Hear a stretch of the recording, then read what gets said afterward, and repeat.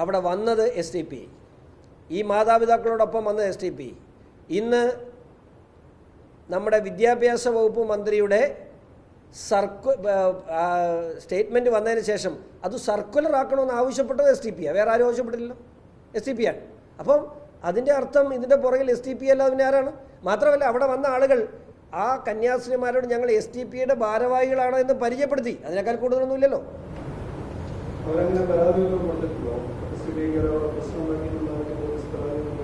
അവിടെ പ്രശ്നം ഉണ്ടാക്കിയ ഒരു പോലീസ് പ്രൊട്ടക്ഷൻ, ആ പ്രശ്നം ഉണ്ടാക്കിയതിൻ്റെ പേരിലാണല്ലോ പോലീസ് പ്രൊട്ടക്ഷൻ വാങ്ങിയത്. അവർ അവരുടെ ഹൈക്കോടതിയുടെ റിട്ടിൽ അത് കൃത്യമായി പറഞ്ഞിട്ടുണ്ട്, എന്തുകൊണ്ട് അവർ പോലീസ് പ്രൊട്ടക്ഷൻ ആവശ്യപ്പെടുന്നത് കൃത്യമായി പറഞ്ഞിട്ടുണ്ട്.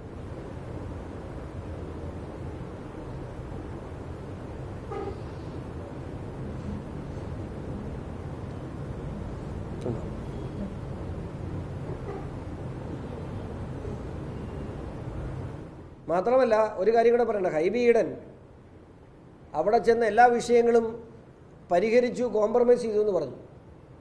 ഞാൻ ഉറപ്പിച്ച് പറയുന്നു, ഞാൻ അവിടെ എല്ലാവരോടും സംസാരിച്ചു. അവിടെ ചെന്ന് ആ മാതാപിതാക്കളോട് സംസാരിച്ചിട്ട് പോന്നു, അതായത് മാതാക്കളോടും SDP-ക്കാരോടും സംസാരിച്ചിട്ട് പോന്നല്ലാതെ ആ സ്കൂളിൻ്റെ മാനേജ്മെൻറ്റിൽ ആരോടും ഹൈബി ഈഡൻ സംസാരിച്ചില്ല. ഒരു സമവായത്തിലെത്തിക്കുക ഒരു ജനപ്രതിനിധി കടമ വെച്ചാൽ ഇരുകൂട്ടരോടും സംസാരിക്കണം അല്ലേ? സ്കൂളിൻ്റെ പ്രിൻസിപ്പാളിനോടും മാനേജർ അവരവിടെ ഇല്ലായിരുന്നു, അവരെ ഫോൺ വിളിച്ചില്ല, അവരെ ബന്ധപ്പെട്ടുമില്ല. അവിടെ ചെന്നതല്ലാതെ ഈ വിഷയവുമായി ബന്ധപ്പെട്ട് ആ മാനേജ്മെൻറ്റിലെ ആരുമായിട്ടും ഇതിനകത്തൊരു സമവായ ചർച്ച, ആ കുട്ടി അവിടെ തുടർന്ന് പഠിക്കുന്നതിന് ആ മാനേജ്മെൻറ്റിന് യാതൊരു കുഴപ്പമില്ലെന്നാണ് നമ്മുടെ അറിവ്. പക്ഷേ അങ്ങനെ ഉണ്ടെങ്കിൽ ആ മാതാപിതാക്കളോട് സംസാരിച്ച ആ കാര്യം അത് മാനേജ്മെൻറ്റിനോട് സംസാരിക്കുമ്പോഴല്ലേ, അവരപ്പോൾ SDP-യോട് സംസാരിക്കാൻ വേണ്ടി മാത്രമാണോ ഈ ഹൈബിയുടെ അവിടെ പോയത്? എന്തായിരുന്നു ഇവരുടെയൊക്കെ ഉദ്ദേശം? എന്തുകൊണ്ടാണ് ഇവർക്ക് മിണ്ടാൻ ഭയം? ഛത്തീസ്ഗഡിലോട്ട് വിമാനം കയറി ഇവരാരും ഇവിടെ ഈ പള്ളുരുത്തി വരെ പോകാൻ ഇവർക്ക് എന്താ ഇത്ര മടി, എന്താ പേടി? CPM-ൻ്റെ നേതാക്കന്മാരെ ഒത്തിരി MP-മാരുണ്ടായിരുന്നല്ലോ അവിടെ എത്തിയേ, ബ്രിട്ടാസ് ഉൾപ്പെടെ. അവരൊക്കെ എവിടെ? ജോസ് കെ മാണി എവിടെ? ഇവിടുത്തെ MLA-മാരും MP-മാരും എവിടെ? അവരെ ആരും കാണുന്നില്ലല്ലോ ഇതിനെക്കുറിച്ചൊന്ന് അന്വേഷിക്കാൻ. അവർ പോയി നിലപാടൊന്നും പറയണ്ട, അവിടെ ചെന്നൊന്ന് അന്വേഷിച്ചൂടെ?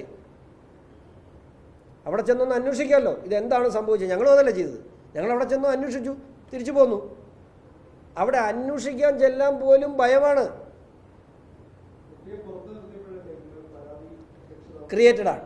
കുട്ടിയെ ഒരിക്കലും പുറത്ത് നിർത്തിയിട്ടില്ല.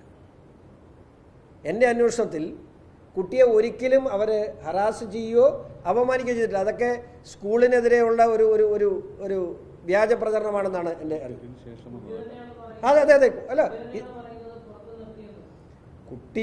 കുട്ടിയെ കൊണ്ട് ആരാണ് ഇത് പറയിപ്പിക്കുന്നത് അവരോട് ചോദിക്കുക. പക്ഷേ ഈ നിമിഷം വരെയും, അതായത് ഇന്നലെ വരെ കുട്ടി അങ്ങനെ ഒരു ആരോപണം പറഞ്ഞോ? ഈ സംഭവം നടന്നിട്ട് 5 ദിവസമായി. എപ്പോഴെങ്കിലും സ്വാഭാവികമായിട്ട് വ്യാഴാഴ്ച ഈ സംഭവം നടന്ന് കുട്ടി അങ്ങനെ പുറത്തു നിർത്തിയിട്ടുണ്ടെങ്കിൽ വെള്ളിയാഴ്ചയും ശനിയാഴ്ചയും ഇവിടെ പരാതി കൊടുക്കാമല്ലോ. ബാലാവകാശ നിയമങ്ങളുണ്ടല്ലോ ഈ നാട്ടിൽ, അത് ശക്തമായുള്ള നാടാണല്ലോ. ആ എല്ലാ നിയമങ്ങൾക്കും വലിയ വില കൊടുക്കുന്ന സർക്കാരാണല്ലോ സർക്കാർ സ്വയം അവകാശപ്പെടുന്നത്. എന്തുകൊണ്ടൊരു പരാതി കൊടുത്തില്ല ഈ നിമിഷം വരെയും? ഈ വിഷയം അവർ പിടിച്ചെടുത്ത് കിട്ടിയില്ല എന്ന് SDP-ക്ക് ബോധ്യപ്പെടുത്തപ്പോഴാണ്, മാത്രമല്ല പൊതുസമൂഹത്തിൽ അവർ മോശമാകുന്നു എന്ന് അവർക്കും മനസ്സിലായി. അപ്പോഴാണ് ഇതുണ്ടായത്.